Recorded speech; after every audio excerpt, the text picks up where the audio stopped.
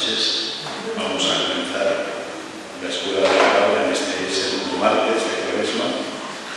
Nos ponemos todos en presencia del Espíritu y lo hacemos con un ambiente de silencio, como bien sabéis, que debe durar toda la sesión. Aunque nos movamos, nos reunamos, hemos intentado guardar el debido silencio para no molestarnos, sino al contrario, para ayudarnos unos a otros a rezar. Vamos a invocar al Espíritu. Lo hacemos con fe, pidiéndole que sea nuestro auxilio esta tarde para que entendamos su presencia. Ilumíname, Señor, con tu Espíritu. Transfórmame, Señor, con tu Espíritu. Ilumíname, Señor, con tu Espíritu. Ilumíname y transfórmame, Señor.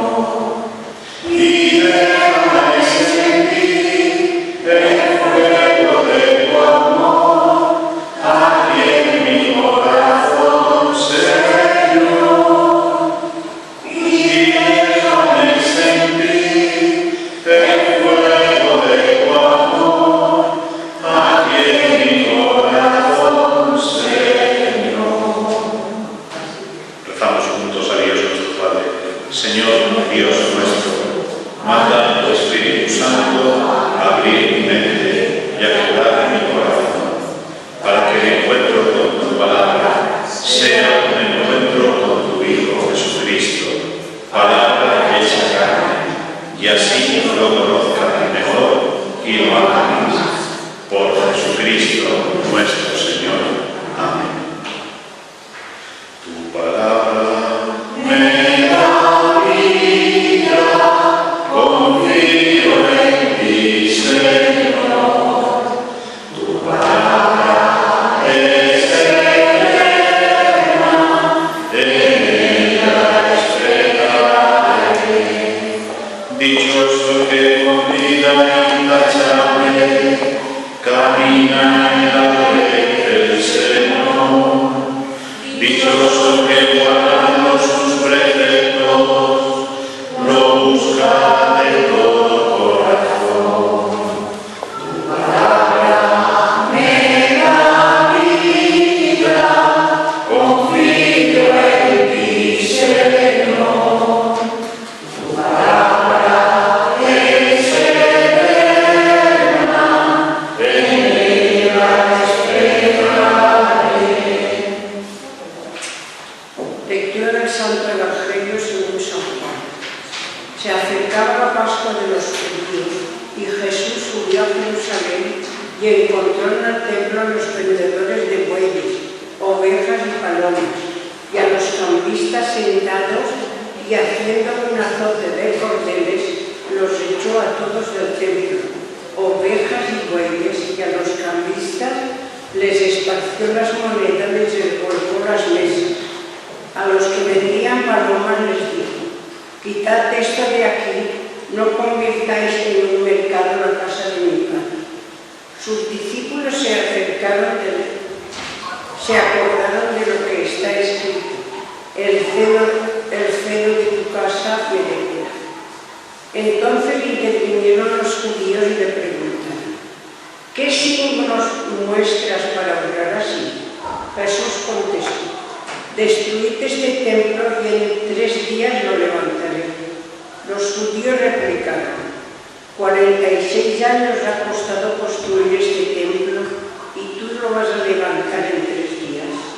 Pero él hablaba del templo de su cuerpo, y cuando resucitó de entre los muertos, los discípulos se acordaron de lo que había dicho y creyeron en la Escritura y en la palabra que había dicho Jesús.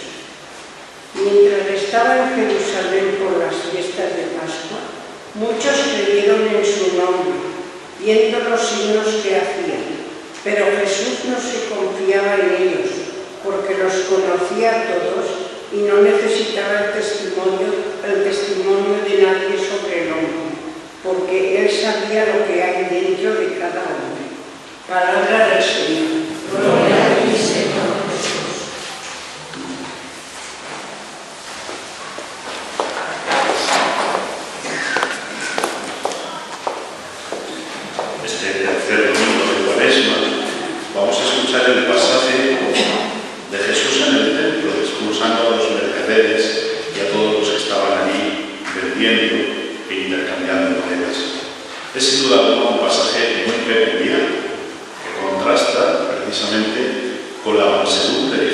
muestra en muchos otros de los episodios del Evangelio.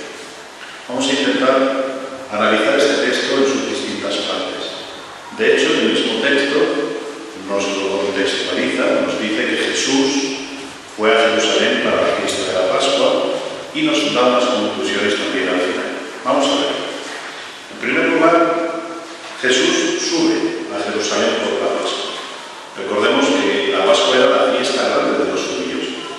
Recordaba el paso, la liberación que tuvieron los judíos de Egipto cuando eran esclavos. Pascua significa en arameo paso, el paso definitivo de la esclavitud a la libertad de los hijos de Dios. Jesús viene de Cafarnaúm con su madre y sus discípulos. Allí había estado en Caná de Galilea, y seguro que Caná os suena por las bodas de Caná, ahora hablaremos de ellas. Y Jesús, con sus acciones proféticas, va a anticipar su propia y nueva Pascua, su paso definitivo de esta vida del Padre, que se producirá en la pasión y la resurrección. Por eso este pasaje que tenemos delante de nosotros está vinculado, por una parte, a Caná de Galilea, de donde viene, y por otra, a Jerusalén, a la Pascua definitiva, a la pasión y la resurrección, que es hacia donde se dirige el camino de Jesús. Además entra en el templo, nos dice el texto, y cuando entra en el templo ve a los vendedores y campistas.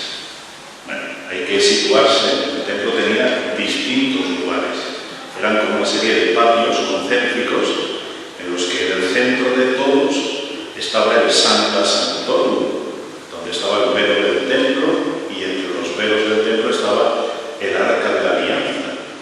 Allí, en el Sancta Sanctorum, solo podía acceder el sacerdote que por turno le tocaba hacer la ofrenda sagrada. ¿Recordáis el pasaje de Zacarías, el padre de Juan Bautista, que cuando entró en el Sancta Sanctorum fue cuando tuvo la visión del ángel que le dijo que su hijo, que iba a tener un hijo y que iba a ser Juan el Bautista? Pero en torno a ese Sancta Sanctorum había distintos patios o atrios donde se iban colocando los demás sacerdotes, los levitas, el pueblo, los hombres por una parte, las mujeres por otra, y después estaba el atrio de entrada, es decir, el acceso al templo. En ese atrio de entrada es donde estaban los campistas, eran los que cambiaban monedas, porque peregrinos había de todas partes.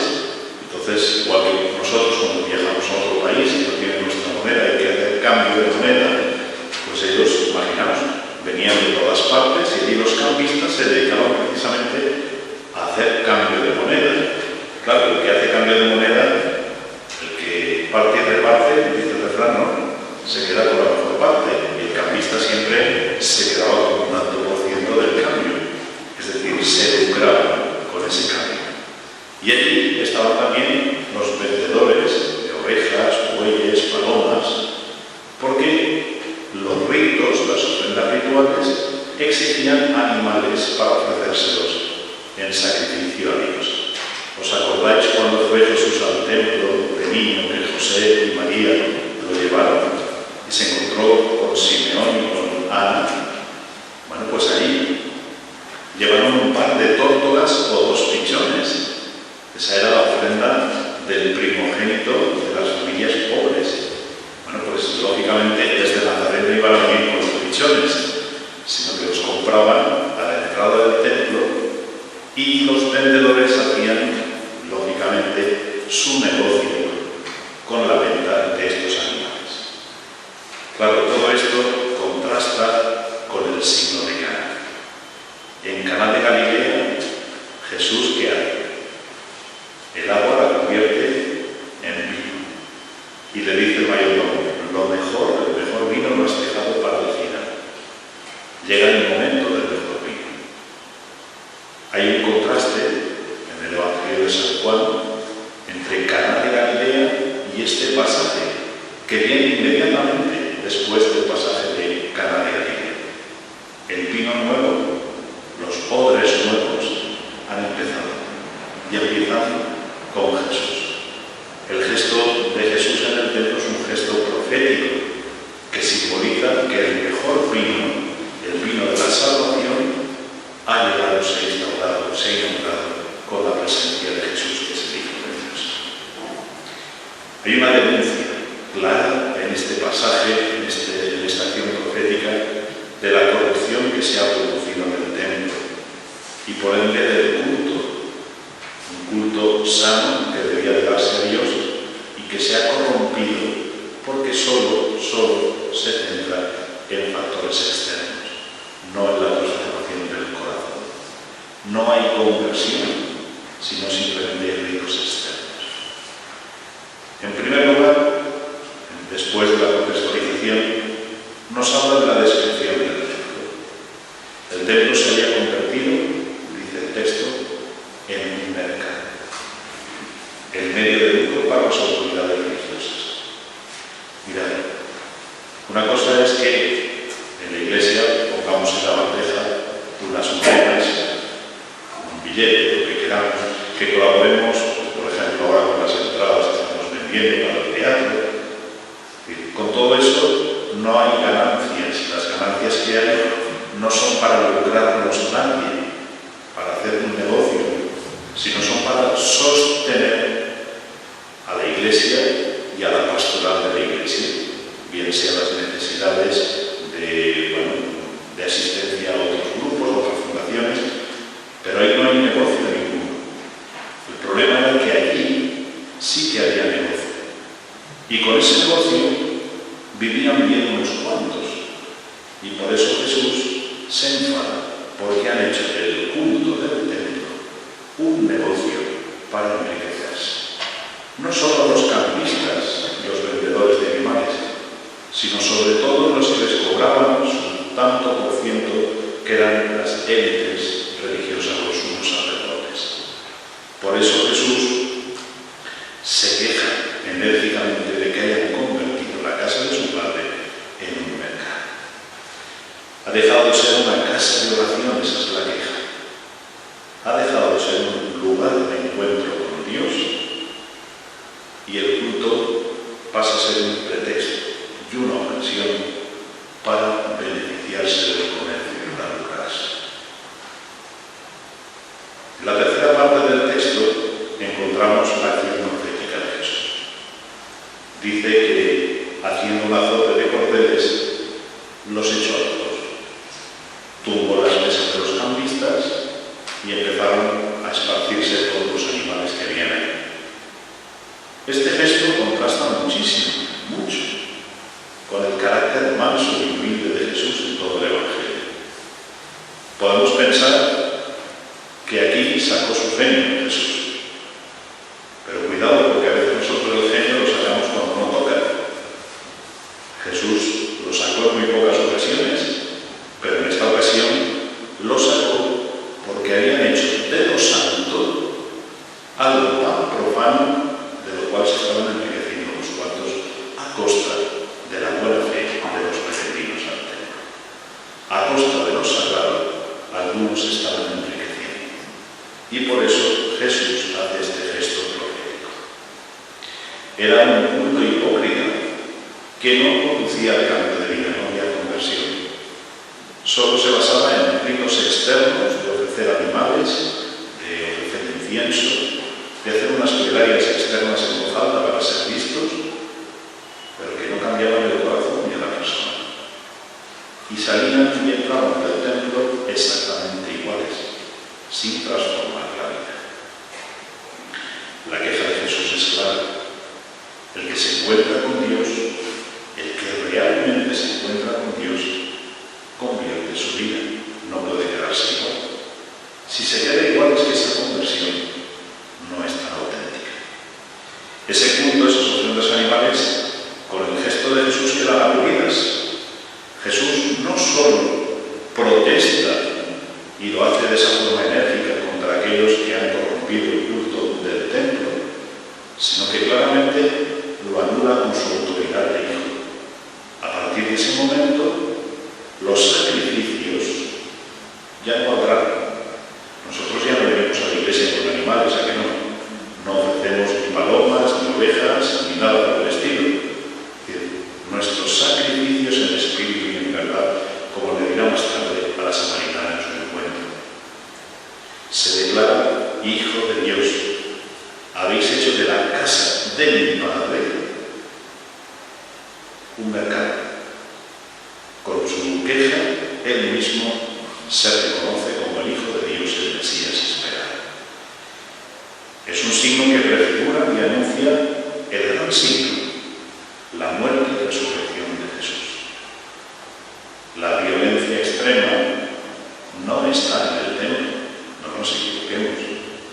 La violencia extrema está contra Jesús en la pasión y en su muerte.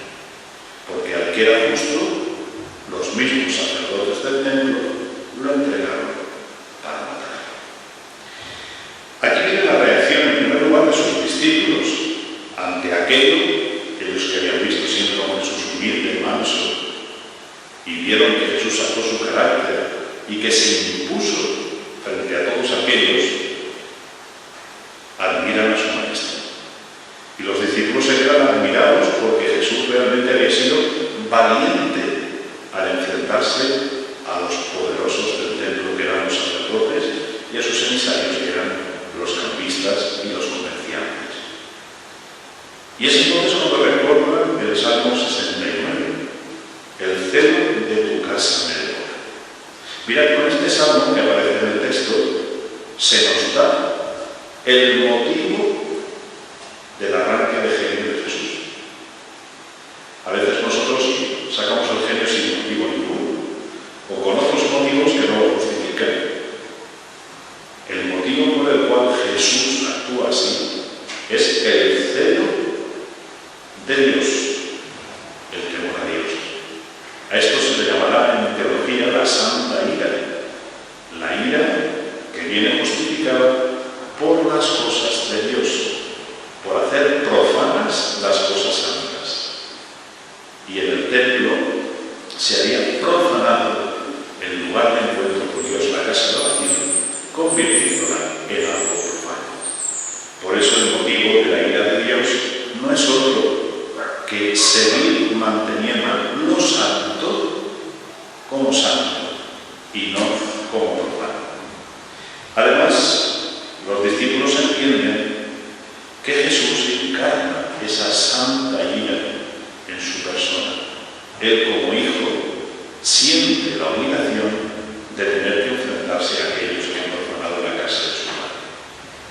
Si vosotros entráis en vuestra casa y vierais que en vuestra casa hay gente que está usándola indebidamente, que se ha colado en vuestra casa, que está utilizando los muebles o rompiéndolos, ¿cómo reaccionaríais? Protegiendo lo vuestro. Sin embargo, si entráis a casa y hay personas que están sentadas esperando cortésmente porque respetan lo vuestro, ¿verdad que la reacción es distinta?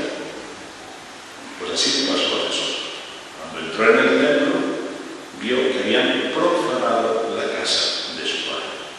Y entonces, con santa ira, con el celo de Dios, fue cuando reaccionó de ese modo violento.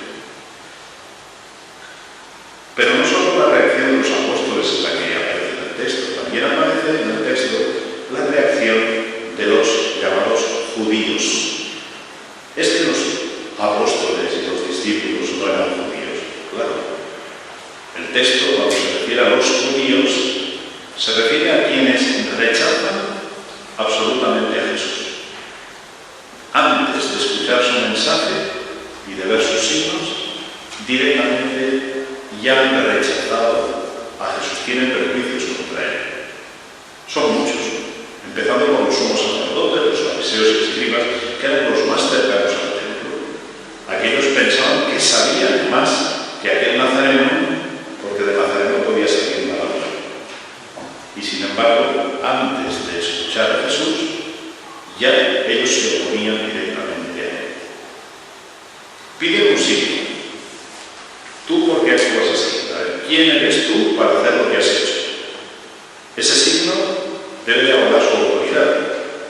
Pero es que de entrada, porque Jesús les da un signo, ellos no están dispuestos a reconocer ese signo y a acogerlo. Sus prejuicios, sus preconcepciones se le impiden. Y entonces aparece la clave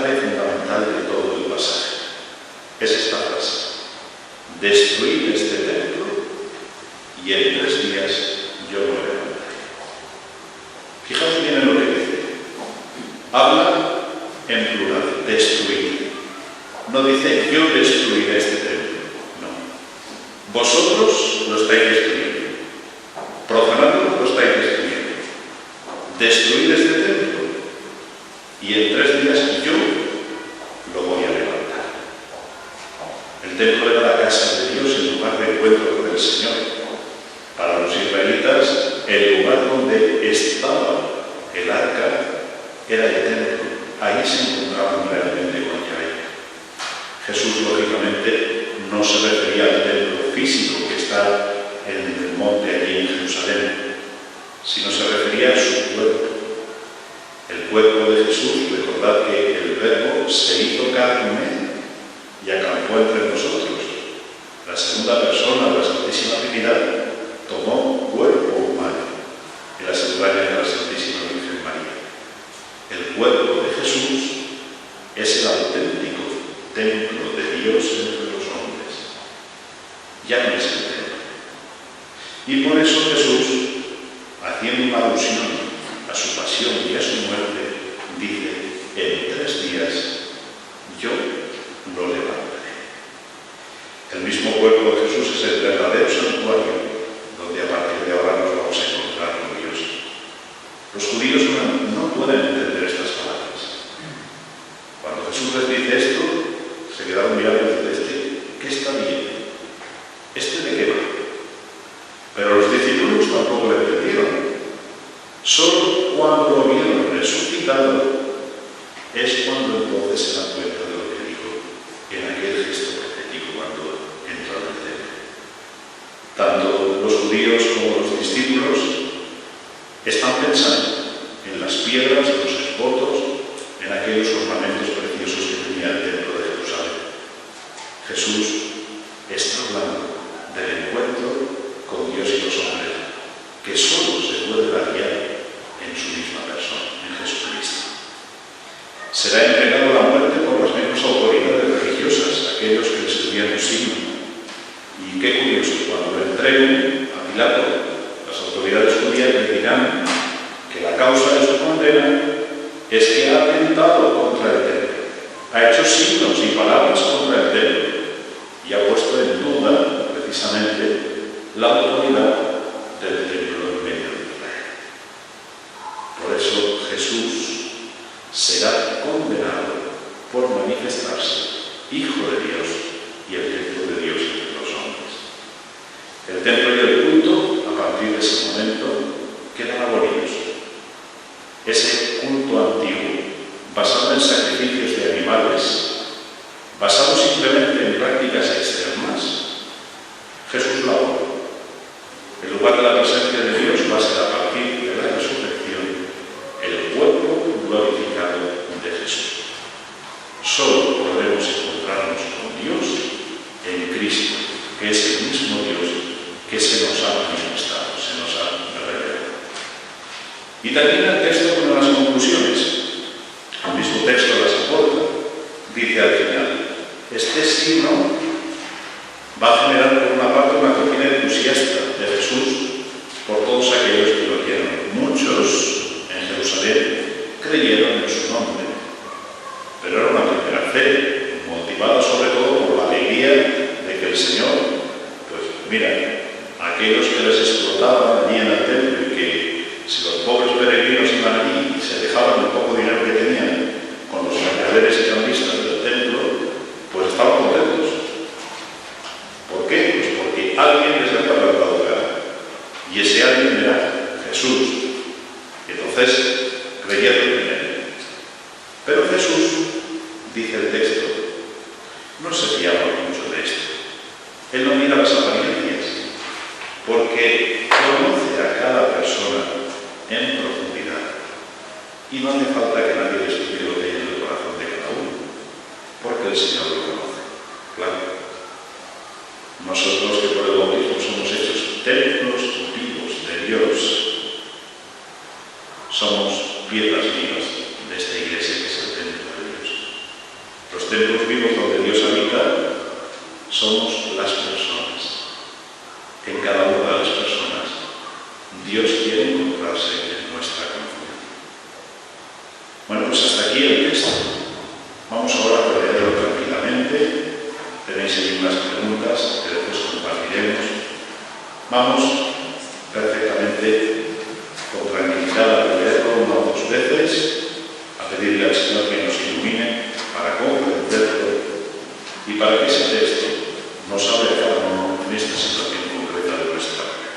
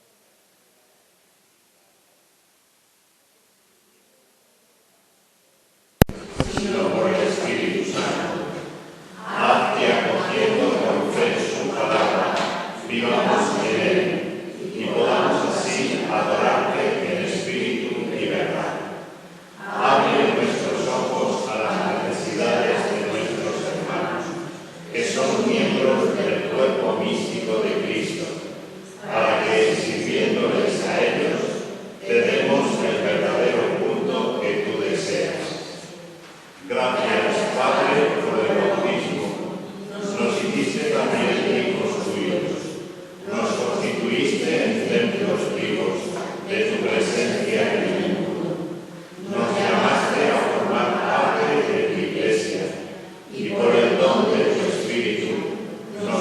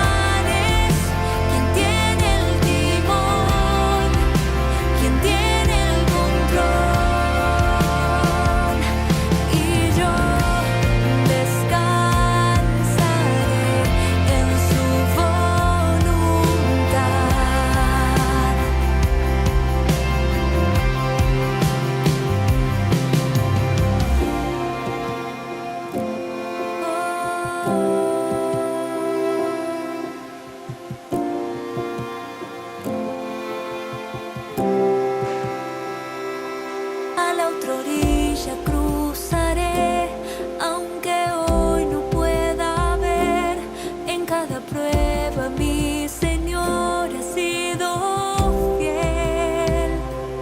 Una palabra bastará y calmará la tempestad.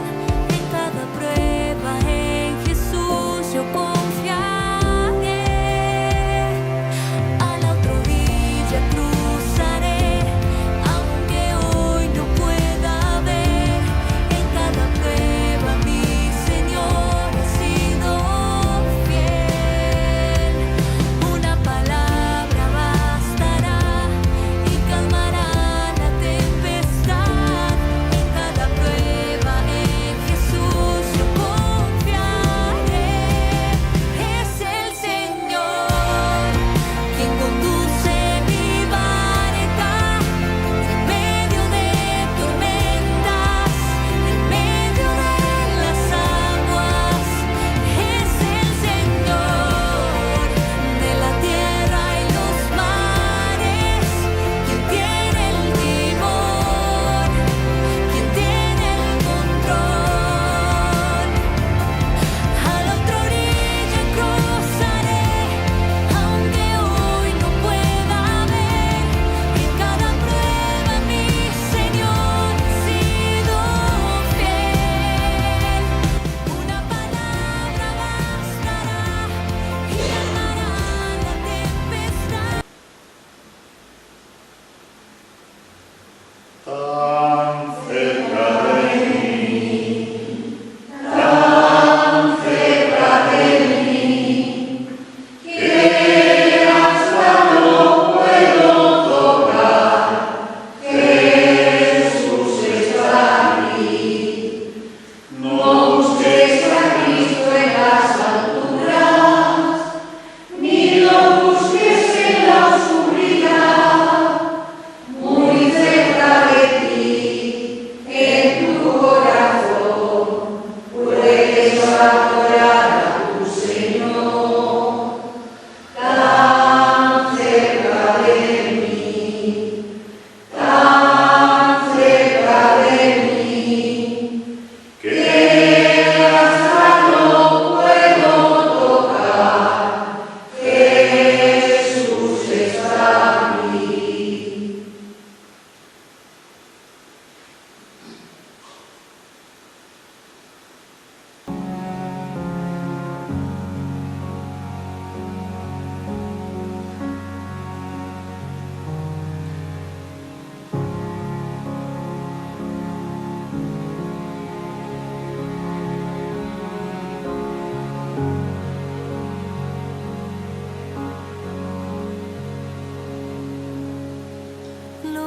Glorioso Rey en la cruz,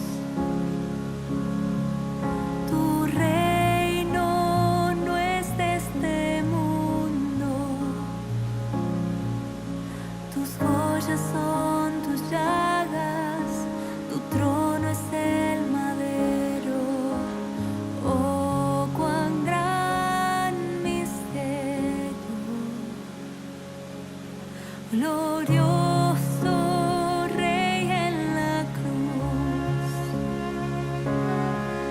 tu reino es un reino eterno,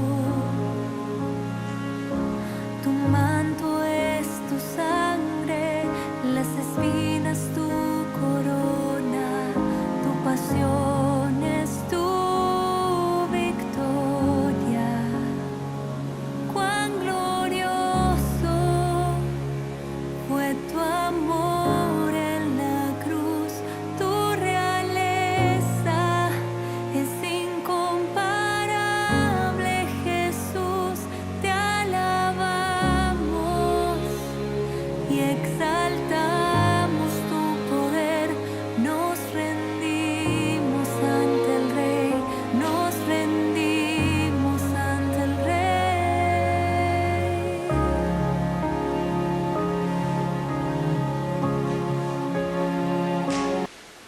Oración. Gracias, Padre, por tu presencia y cercanía en este rato de oración, por la luz y la fuerza que nos has dado. Ayúdanos a vivir según tu voluntad sirviendo y amando en todo a nuestros hermanos. Por Jesucristo nuestro Señor. Amén.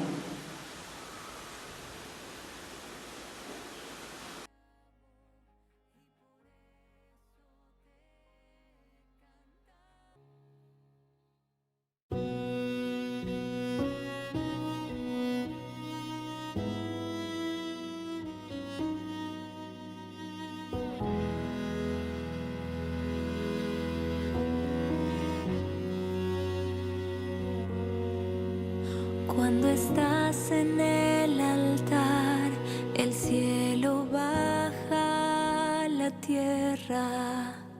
Los ángeles y santos te adoran sin cesar.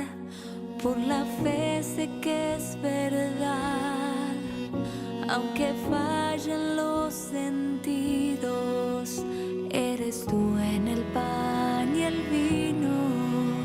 Cuando estás en el altar, bendito y alabado sea Jesús en el altar. Admirable sacramento, alimento celestial. Bendito y alabado, Dios eterno e inmortal. Aquí estás, mi Dios, mi todo, en el pan angelical.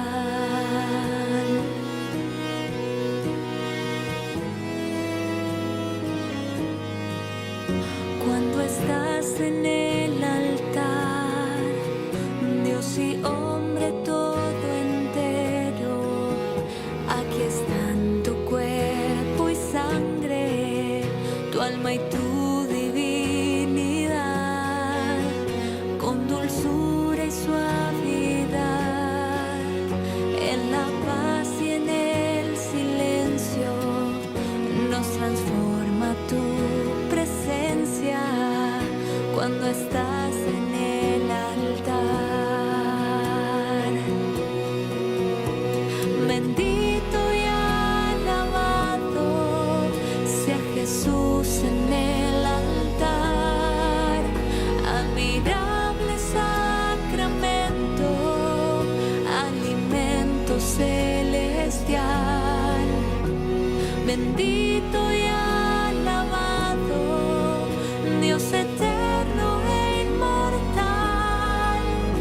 Aquí estás, mi Dios, mi todo, en el pan angelical.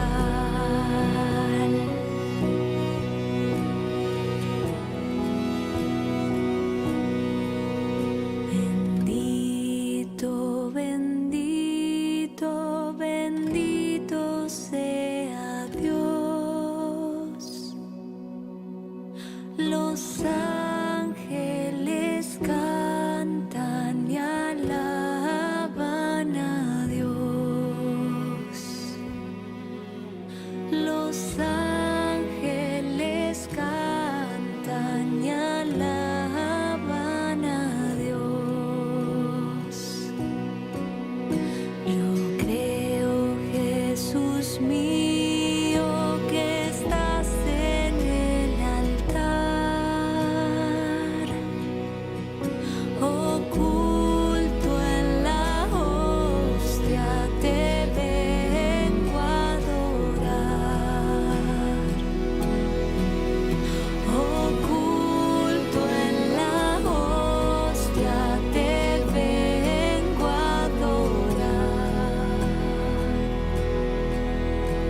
Bendito y alabado sea Jesús en el altar. Admirable sacramento, alimento celestial. Bendito y alabado, Dios eterno e inmortal. Aquí estás, mi Dios, mi todo, en el pan angelical.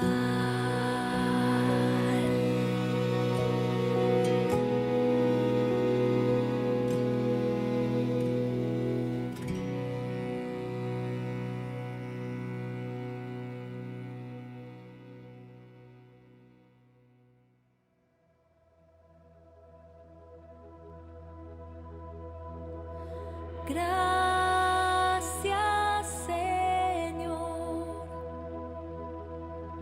Gracias, Señor. Gracias, Señor, por tu amor, por tu bondad.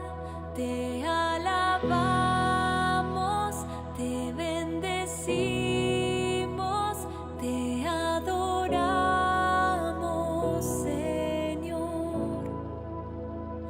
Dios poderoso, Dios de victoria, te alabamos, Señor.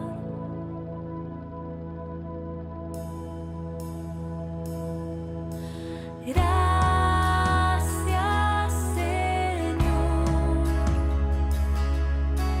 Gracias, Señor. Gracias, Señor, por tu amor, por tu bondad. Te alabamos, te bendecimos, te adoramos, Señor. Dios poderoso, Dios de victoria, te alabamos, Señor. Te damos gracias, Señor.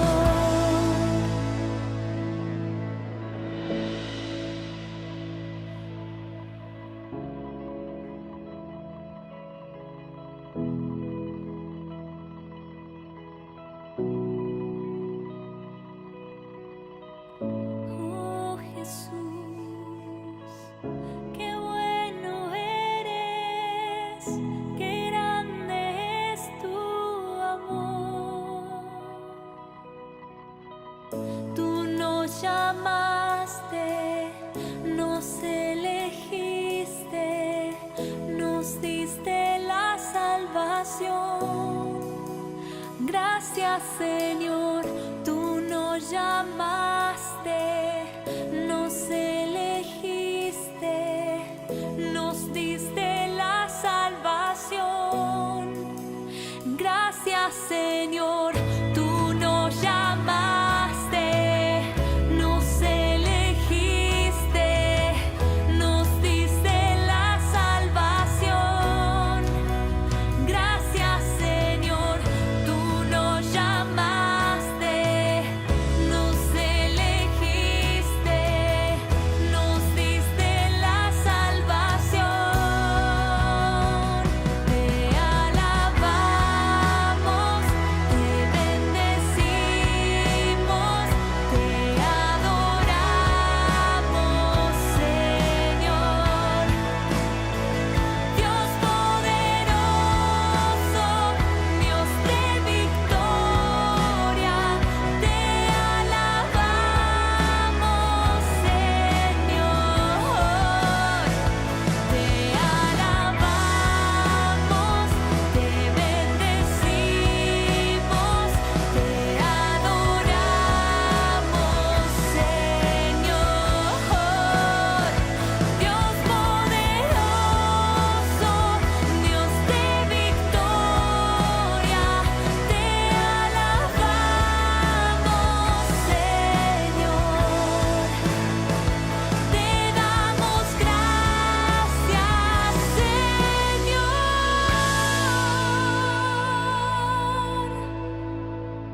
Te alabamos, te damos gracias, Señor. Oh,